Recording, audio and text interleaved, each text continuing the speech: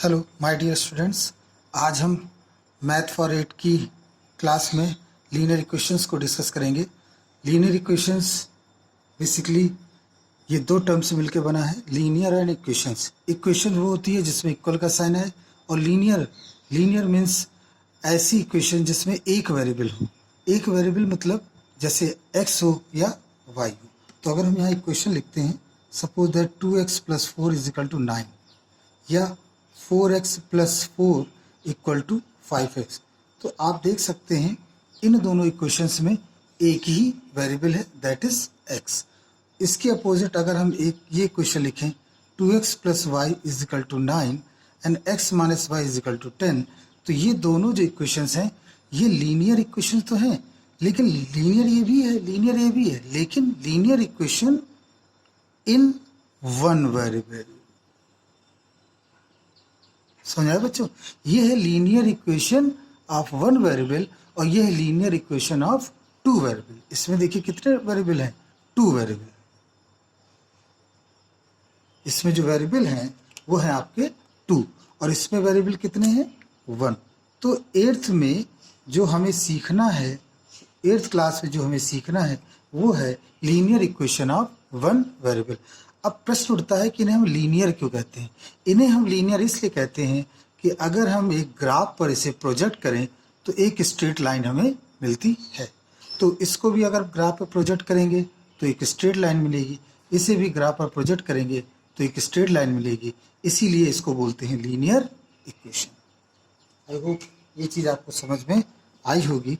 अब हम बात करते हैं अपने दूसरे मेन कॉन्सेप्ट की, इस पर बेस्ड न्यूमेरिकल्स की।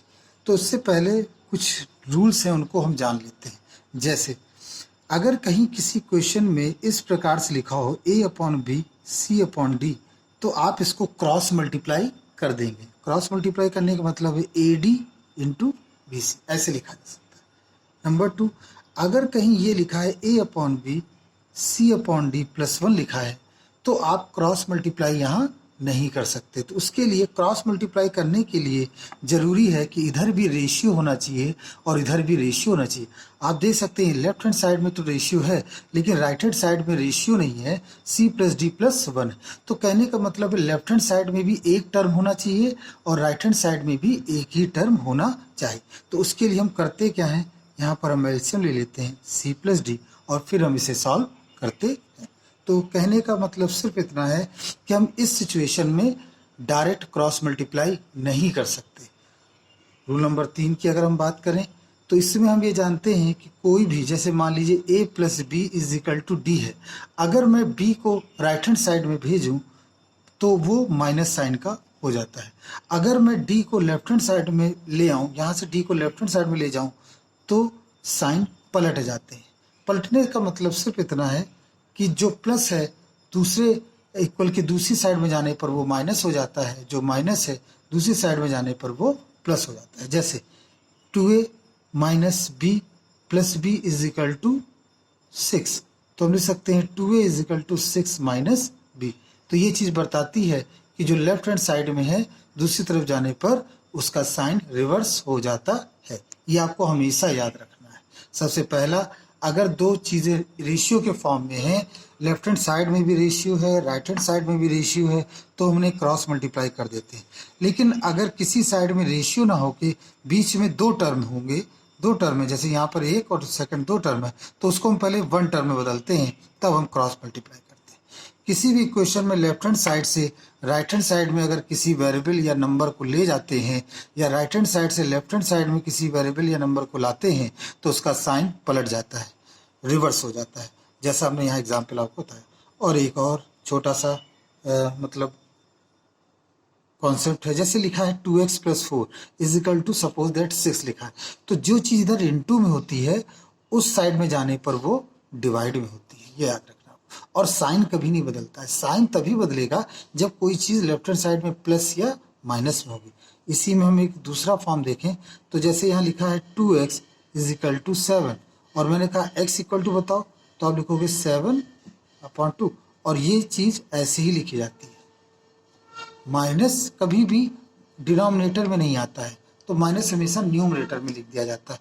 आप यहाँ ये भी कह सकते हैं कि जैसे ये लिखा हो, इसको ऐसे भी लिखा जा सकता है, बीच में आप लगा दीजिए माइनस, या a अपॉन माइनस बी। इसमें ये तीनों ही इक्वल है।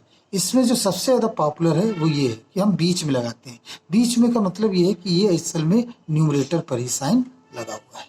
तो मेरे ख्याल से आपको यहाँ पर दो मुख्य बातें समझ में आई होंगी कि जब कोई चीज़ प्लस या माइनस में होती है तो अपोजिट डायरेक्शन में जाने पर उसका साइन पलट जाता है। दूसरी चीज़, अगर कोई चीज़ का मतलब अगर कोई वेरिएबल, कोई नंबर इनटू में है किसी वेरिएबल के, तो दूसरी तरफ जाने पर वो डिवाइड में हो जाता है और उसका साइन चेंज नहीं होता है।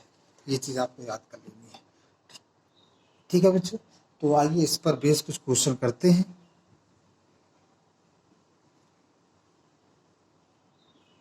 सबसे पहला न्यूमेरिकल लेते हैं। न्यूमेरिकल में सबसे पहला, जैसे बहुत ही आसान न्यूमेरिकल है, 2x + 4 = 8, ये लिखा। तो 2x + 4 = 8, तो 2x = 8 - 4 and 2x = 4, x = 4/2 gives 2। तो आप देख सकते हैं कैसे हमने किया, 4 को साइड में भेजा, माइनस साइन हो गया, फिर 2x = 4 हो गया, x = 4/2 gives 2। और भी क्वेश्चन देख सकते हैं, क्वेश्चन नंबर 2। इसमें अगर हम देखें तो 2x + 5 अपॉन x - 7 = 9/4, ये हमारे पास एक प्रश्न। तो इसे हल करने के लिए उन्होंने कहा x का मान बताओ। इसे हल करने के लिए हम क्रॉस मल्टीप्लाई करेंगे, तो ये आएगा 2x + 5 = 9x - 7। फिर से मल्टीप्लाई कर देते हैं, 8x 20, 9x 63, और फिर 8x को इधर भेज देंगे, 63 को इधर भेजेंगे।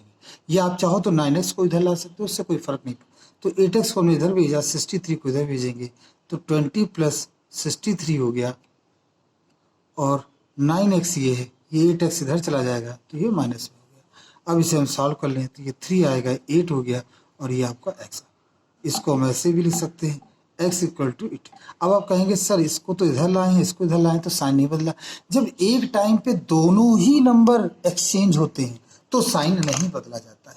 तो मैं ये बोलूँगा, इसमें ज़्यादा कंफ्यूज मत हो, केवल इतना ध्यान रखिए कि जो चीज़ इनटू में होती है दूसरी तरफ जाने पर वो डिवाइड में हो जाती है और साइन में चेंजेस नहीं आता है। ठीक है, तो ये एक आपका न्यूमेरिकल मैंने यहाँ पर बताया। मैं और यहाँ पर एक न्यूमेरिकल डिस्कस कर रहा हूँ। इनकी खूब प्रैक्टिस बच्चों करेंगे तो ये आपके दिमाग में बिल्कुल बैठ जाएगी। एक ही हमने लिखा, तो देखिए 5x = 7 + 8, 5x = 15, x = 15/5, और ये हो गया आपका 3। तो इस प्रकार से ये आपके सामने प्रश्नों को हमने हल किया। आई होप आपको ये basic concept linear equation of one variable का समझ में आया होगा। नेक्स्ट क्लास में हम इससे बेस्ड और कुछ अच्छे क्वेश्चंस को डिस्कस करेंगे। Thank you very much.